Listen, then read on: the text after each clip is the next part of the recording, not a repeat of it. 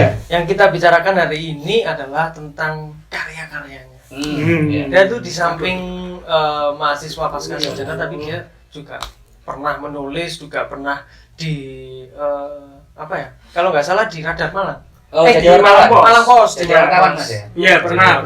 Kawan. Aduh, ini Meliput. waduh ndasku tambah gede gak cukup.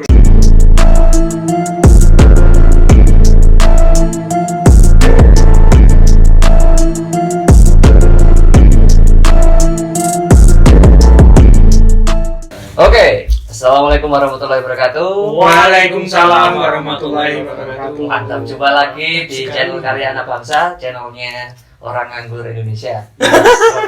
Orang Malang. Orang Malang Indonesia. Oke. Gimana kabarnya teman-teman? Mungkin masih sehat, alhamdulillah. Tetap jaga kesehatan, tetap physical distancing, tetap pakai masker ya. Kemarin ada razia masker. Razia masker Di Kajuk. Oh, dikacau. Polisi. Kenapa aku ditilang? Oh iya.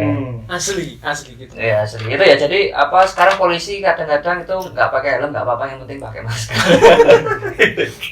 Oke, jumpa lagi bersama kami, saya Karisma dan Mirza. kami di sini sekarang mendatangkan tamu. Ya, ini dari jauh banget ini ya. Nganjuk kota angin. Oh, kota angin. Iya bener ya? Betul. Nganjuk kota. Kota Kenapa angin. kota angin? Ya karena di sana anginnya luar biasa. Waduh, sangat filosofis. Kan, apa namanya? Kalau Anda jalan-jalan ke sana, kalau Malang kan ada Lapis Malang ya. Iya. Kalau Kediri Kota Tahu. Kalau Nganjuk, jenengan berkunjung ke Nganjuk dapatnya kompresor. Angin. Iya. Arimi. Oke, kalau gitu kenalan dulu sama kita tamu kita. Monggo Mas, kenalan. Oke. Nama sama Kenal masa. bagaimana ya? Oh, nama sama Iya. saya. Oke, nama saya Bagus Rahmat Saputra. Asal tadi sudah disebut dari Nganjuk. Sekarang ini saya masih statusnya masih mahasiswa di salah satu Biasa aja, nggak usah sok bijaksana. Kamu kan nggak bijaksana, biasa aja. Oh, gitu ya? Ya. Oh, iya. Jadi karena ini saya grogi. Saya diundang kontennya. Jangan lupa teman-teman subscribe. Wah, ini bener. Aja lagi amplopan itu. Masuk akal. Siap. Masuk akal. Panggilannya siapa Mas? Kalau saya biasa di rumah dipanggil Bastian. Oh, Bastian. Still. Sebentar. Kan namanya Bagus Rahmat Saputra. Bastiannya dari mana? Saya terinspirasi dari Vino G. Bastian. Jadi saya mencoba mencocok-cocokkan kalau G itu Gus. Dari nama saya. Ini Gus Bastian. Iya. Bastian. Tapi kalau disingkat nama saya juga Bara. Parah. Iya. Oh, bagus. Bagus Rahmat. Biar kelihatan keren. Bara itu Lucu. Orang ini Apa? lucu. Diundang lagi orang ini lucu. Guyonnya malam Jumat ya. Lucu. Gak apa-apa. malam minggu. Ketemu lagi hancur kamu ya. Oke, dia Mas Bagus mahasiswa di salah satu universitas, yaitu Universitas Negeri Malang, disebut aja ya. Iya, oke. Jurusan Mas? Emang ini disupport sama Pak? jangan Mas dong. Oh iya. Ini Iya, dia kita friend. Oh iya. Kita Ya fokus. Gus. Saya mengambil konsentrasi prodi manajemen pendidikan. Mau jadi kepala sekolah? Apa? Oh, nggak bisa Pak. Harus mengajar 5 tahun syaratnya dari kepala sekolah, sedangkan AP nggak bisa mengajar. MP nggak bisa mengajar. Sangat dilema ya. Iya, benar. Itu permasalahan lulusan AP dan MP itu Pak sebenarnya. Kasian sekali ya. Disiapkan untuk menjadi salah satunya kepala sekolah, Yes. tapi harus mengajar 5 tahun. Iya, salah Tapi nggak satu. dibekali. Keterampilan mengajar. Karena di salah satu peraturan menteri, saya lupa nomor berapa, 17 tahun 2007 kalau nggak salah. Syaratnya itu harus minimal mengajar 5 tahun. 5 tahun. Betul. Syaratnya itu ya. Minimal. Sedangkan kita nggak ngajar. Mau ngajar apa gitu? Di SMK pun ada administrasi perkantoran, ada sendiri prodinya. Terus ke sekolah kita mau ngajar apa? Mata pelajaran juga sudah ada kan, teman-teman, ada prodi matematika dan kawan-kawan. Kamu ngajar? Ngajar silat liga. Bisa jadi bersilat Enggak. liga. Dia ngajar pas di SMA 8 kalau nggak salah ya. Oh, Kamu enggak. kapan di SMA 8? Ya, saya KPL di SMA 8, kita nggak ngajar tapi kita di Bikin teh. Bikin teh. salah satu guyonannya jurusan saya seperti itu. Lah kenapa bikin teh kamu? Oh, itu bikin teh tapi saya minum sendiri. Enggak, bukan. Ya, jadi gini, kalau kita jurusan saya ya, kalau itu magang, kita lebih ke administrasi. Jadi bantu-bantu nata kurikulum, PP, Administrasi bukan TU ya, tapi yang Perpus. Ya, luas sebenarnya. Kalau Luas, kita ya. konteks MP itu luas, cuma kadang kita terstigma bahwa orang AP atau MP itu TU. Oh iya. Dan memang realitanya memang seperti Iya. itu. Banyak.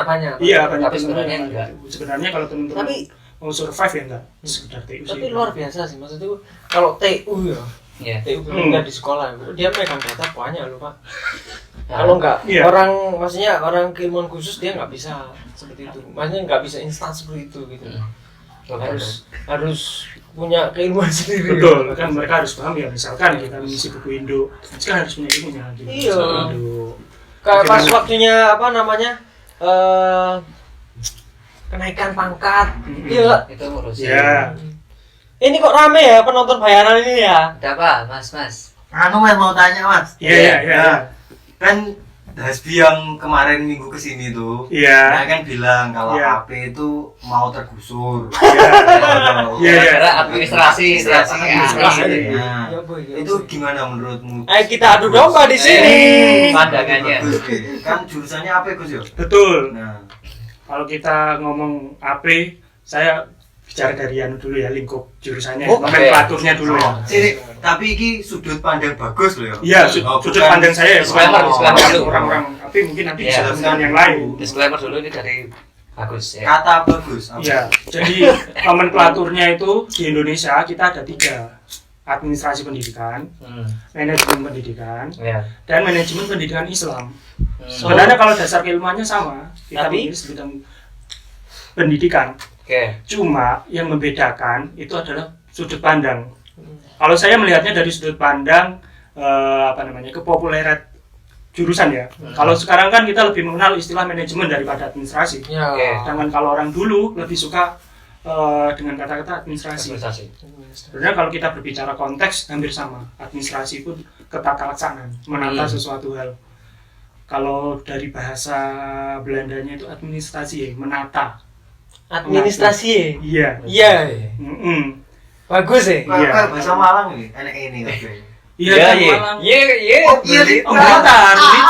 Malang itu A. Iya, iya, iya. Gak boleh. Maaf, bukan rasis. Lanjut lagi. Lanjut. Kemudian berkembang lagi karena di Indonesia ini kan mayoritas agama yang paling besar adalah agama Islam ya. Betul. Dan juga ada ada universitas-universitas yang berbasis Islam. Yeah. Akhirnya mereka juga mengembangkan manajemen pendidikan Islam. Maka dari itu, kalau kita berbicara AP atau MP bakal tergusur, saya rasa enggak. Kenapa? Kenapa? Kita tengok aja di universitas sebelah UM ya, Iya. Brawijaya. Siapa yang nggak kenal UP? Orang dari seluruh penjuru Indonesia kalau ke Malang maunya masuk ke sana. Itu ada administrasi pendidikan. Dia di Fakultas Ilmu Administrasi. Di bawah jurusan, kalau sekarang saya kurang tahu ya, sepertinya mereka masih prodi. Di bawah jurusan jurusan Ilmu Administrasi Publik, jurusan Administrasi Publik. Oh iya. Jadi di dalamnya ada administrasi pendidikan. Oke. Terus kalau kita ngomong bakal tergusur ya kan pendidikan ini perlu dikelola, perlu dikonsep. Nah, ya tetap dibutuhkan orang-orang konsep. Oke, Hasbi, saya tunggu klarifikasi kamu. Ya. Tapi katanya Hasbi itu emang apa yang bukan jurusannya yang kegusur sih, tapi kayak mungkin sekarang Ya, oh iya, iya. tentang Tentang gitu. Akan tergusur dengan teknologi ya. betul. Kalau sekarang kan kita diwacanakan ke revolusi industri 4.0, Yeah. semua berbasis sistem dan sebagainya itu. Kalau saya rasa ya tetap butuh peran manusia untuk mengontrol itu. Iya, betul. Secanggih apapun teknologi, pasti tetap butuh peran manusia untuk mengontrol itu. Karena adanya Karirnya AP teknologi. itu mana ya? Karirnya AP. Kalau karir AP, tadi ya, kalau kita melihatnya dari perspektif yang sempit, akan larinya ke tata usaha. Oke. Tapi kalau kita lihat perspektif yang luas, banyak sekali ruang-ruang yang bisa dimasuki oleh teman-teman AP sebenarnya. Kita bisa Contohnya. ke lembaga pelatihan itu bisa, Hmm. kemudian ke instansi-instansi seperti di CPNS kemarin itu ada dinas pendidikan yang buka lowongan analisis kebijakan kurikulum dan sebagainya. Wirausahawan di bidang pendidikan, mereka buka bimbel dan sebagainya, banyak sebenarnya. Iya sih. Kalau yang lembaga pelatihan berarti itu BLK itu bisa dimasukin. BLK. Bisa. Oke, biarkan dia di sudut pandangnya. Iya. Hasbi juga. Iya, kan Iya. nanti kita harus hidup dengan sudut pandang berbeda. Harus ada pro dan kontra. Betul. Ada pro dan kontra. Betul. Nah, biar nanti Iya. dia kita undang ke sini lagi. Iya. Betul. Iya. Iya. Jadi biar mereka berdua aja gitu loh. Yang berdebat. Iya. Oke, kita debatkan. Bisa ikut. Saya kan nggak suka dua orang ini aku. Nggak apa-apa. Apa? Dari dulu memang nggak aku. Nggak aku ya. Iya, aku mengenal sekali sih. Maksudnya Mas Bagus ini, seorang Mas Bagus ini adalah mantan ketua HMJ. Wow. Luar biasa. Iya kan? Biasa. Terus Apa mana sebut namanya ketua RT, ketua RW? apa? Jenis bakat minat ya? Oh iya, kalau BEM. di BEM bakat minat waktu itu namanya Ya, SDM, SDM. sumber daya mahasiswa. Wah, itu sangat luar biasa. Dia pegang 3 kampus loh. Bayangin. Kampus 1, kampus 2 sama kampus 3. Kampus pusat, Iya. ya, sama Jajar sama di Blitar. Perjuangannya sangat luar biasa dia.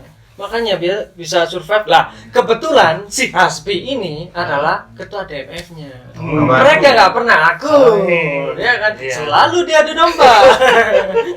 Ya wajar. Jadi eksekutif sama legislatif itu kan Legislatif. selalu kita apa? kerja selalu diawasi. Oh. Cuma mereka kan cuma mengawasi aja tapi nggak mau ngasih feedback gitu loh. Oh, gitu. Kenapa hanya divisi saya saja Iya. gitu loh? Berarti SDM saja ya? Iya.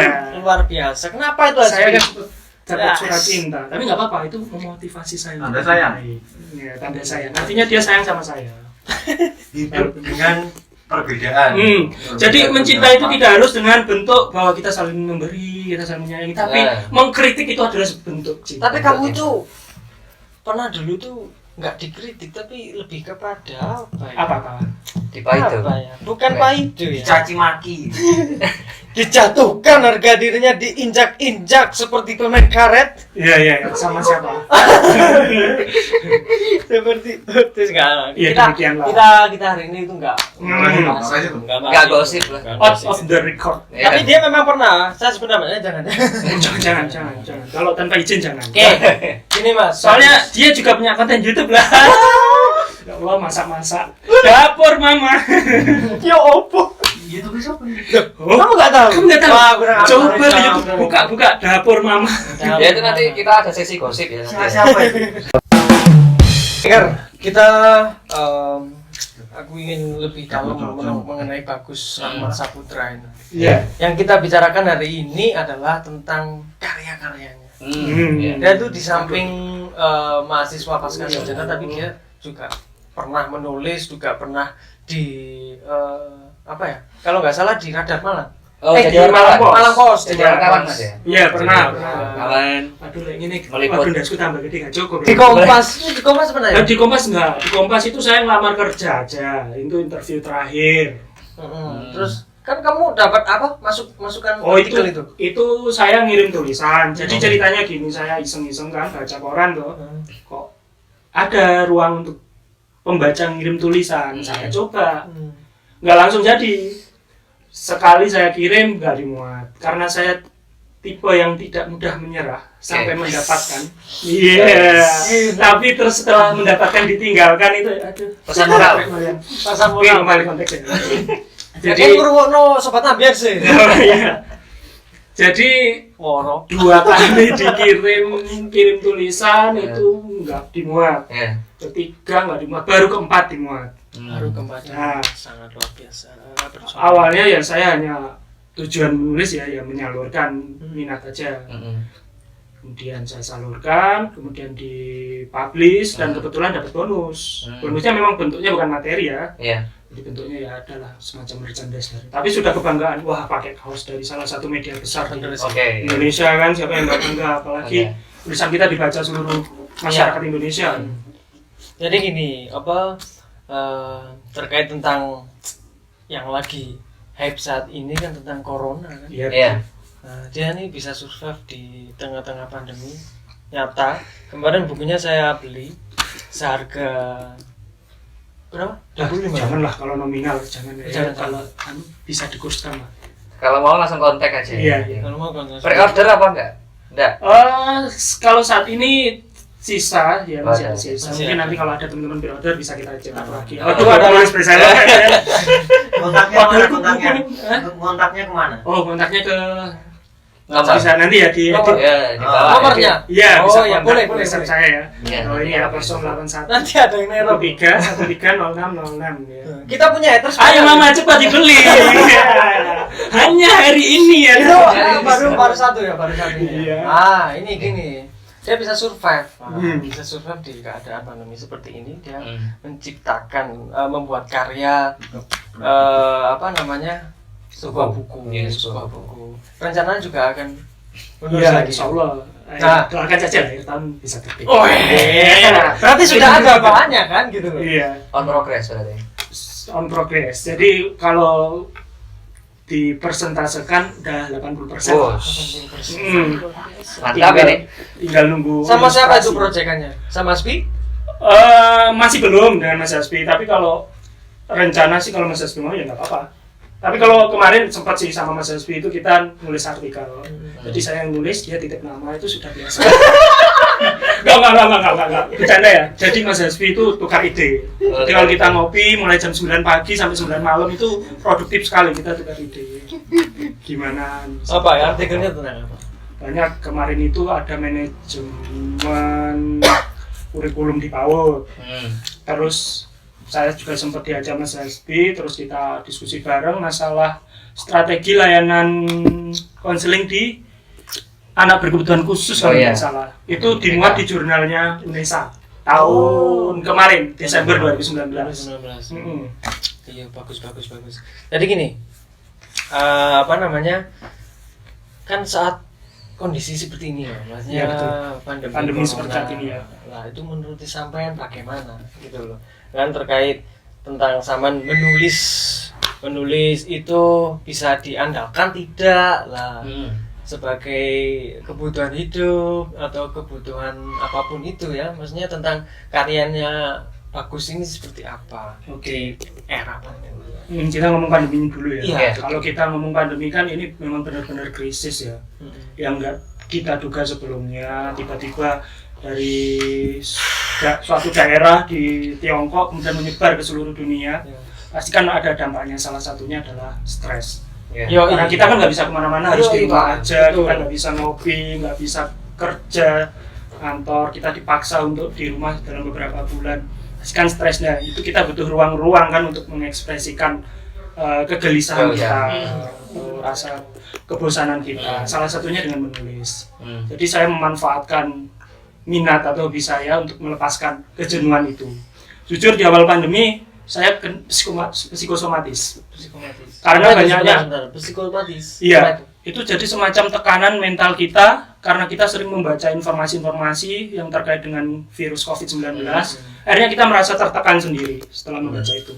Jadi merasa ketika kita batuk atau kita ada gejala-gejala yang hampir mirip dengan COVID, kita jangan-jangan aku kena ya. Sempat ketakutan itu, akhirnya nggak berani keluar kos, keluar cuma beli makan terus masuk lagi. Itu sempat saya alami. Parah. Itu waktu awal-awal pandemi. Iya, karena banyaknya disinformasi dan sebagainya yang kita menelan itu utuh, nggak kita pilah-pilah dulu. Terus yang mendasari kamu menulis itu apa? Kalau latar menulis dulu, ya berangkat dari KPL itu. KPL tahun 2016, KPL di SMP yang tadi sudah disebut di SMA 8 kan. Iya. Karena kita kan kegiatannya di bidang administrasi dan kegiatannya itu nggak sering gitu loh. Iya. Jadi kita kerja kalau ada guru atau petugas TU minta bantuan ke kita, baru kita kerja. Nah, karena memanfaatkan itu daripada gabut, akhirnya saya belajar nulis. Berarti emang nulis itu bukan dari dulu ya, bukan dari awal kayak SMA, SMP, seneng nulis, tapi pas dari KPL itu baru tumbuh keinginan untuk Kalau nulis. KPL itu saya baru berani mendiskusi. Kalau SMP, SMA itu masih tertarik aja. Dalam masih artian ada workshop jurnalistik ikut. Oke. Kemudian ada majalah sekolah ikut, tapi cuma pengelolaannya aja. Tapi belum berani nulis. Kalau nulis ya nulis di buku catatan gitu. Temanya bagus nulis buku yang pertama apa? Temanya itu loh ini, Iya. udah diceritain loh. Cek kafe tuku. Biar penasaran ya. Iya dong. Dibeli ya. Sinopsisnya. Jadi temanya itu lebih ke ilmu saya, ilmu manajemen pendidikan. Iya. Kalau berangkatnya menulis karena saya ke trigger juga. Kan kami di prodi kami kan nggak ada KPL, ngajar di ngajar di mahasiswa kelas. satu atau sebagainya nggak ada. Iya. Akhirnya diganti dengan menulis buku. Nah, awalnya di situ. Iya. Sebenarnya saya ragu, saya bisa menyelesaikan buku ini enggak? Karena jujur ya, saya belum pernah menyelesaikan satu buku. Yang sering saya tulis ya artikel, kemudian saya kirim. Berapa sih artikel paling panjangnya 10 halaman. Sedangkan buku kan kita beratus-ratus halaman kan. Ya itu saya selesaikan, terus dikumpulkan. Nah, ketika dikumpulkan, saya berpikiran apa enggak eman ya ketika kita sudah menghabiskan banyak waktu, banyak energi untuk menyelesaikan karya ini, terus berakhir cuma dipajang di ruang kaprodi kan. Nah, siapa yang mau baca? Kita kan nggak dapat masukan. Sudah bagus belum?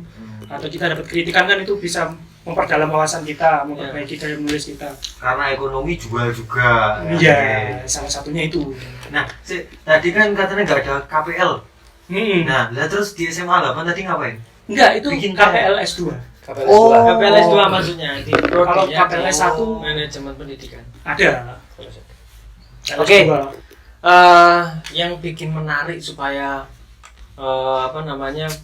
calon pembeli ini mau membeli buku. Minat untuk membeli bukunya bagus, ini apa? Gini, kalau kita ngomong buku referensi, ini kan buku referensi ya. Buku referensi kan biasanya dengan bahasa yang kaku, bahasa yang teoritis, bahasa yang kalau kata teman-teman kan daki-daki. Jadi saya mencoba. Daki itu apa? Nah, ini istilah aku nggak ngerti loh. Daki itu istilah bahasa yang berat dan istilah bahasa teoritis. Nah, yang teman-teman butuh waktu untuk memahami bahasa itu. Maksud dari baca satu paragraf itu harus diulang-ulang biar paham. Betul. Nggak, maksudnya daki itu mendaki. Iya. Oh. Keduren. Tinggi. Daki. Ya Allah. Maaf ya. Bahasa Jawa. Eling dadang, daki. Karena itu bahasa referensi, kalau kita teman-teman pasti juga pernah baca. Iya, betul. Nah, saya mencoba mengemasnya dengan bahasa yang populer. Oke. Ya, seperti Lebih umum gitu. opini gitu. Terus saya juga mengusung tema yang baru. Oke. Tentang kepemimpinan kepala sekolah atau kepemimpinan pendidikan di era P21. Iya. Saya kaitkan dengan evolusi industri juga. Kayaknya menarik tuh ya. Saya belum pernah baca soalnya. Aku sudah. Iya. Tapi aku nggak akan Ya, nanti di sini. Belajarkan. Mas Misra jadi reviewer buku. Wah, Youtubers nanti ya. Sudah terlalu banyak usaha yang digeluti, Bos. Capek saya. Capek ini. Selain buku apa, Gus? Selain buku, ada artikel ilmiah. Kemudian ya ada beberapa karya yang sifatnya esai. Kemudian puisi. Ada juga puisi. Iya. Puisi sudah dibukukan? Puisi ya itu tadi yang saya bilang 80. Oh, itu kumpulan puisi. Iya. Puisinya tentang apa? Tentang apa puisinya? Itu karena karya perdana, jadi Apa apa yang ya, saya gitu. rasakan saya tulis, jadi saya kumpulkan. Cinta. Campur, ada balada, ada cinta.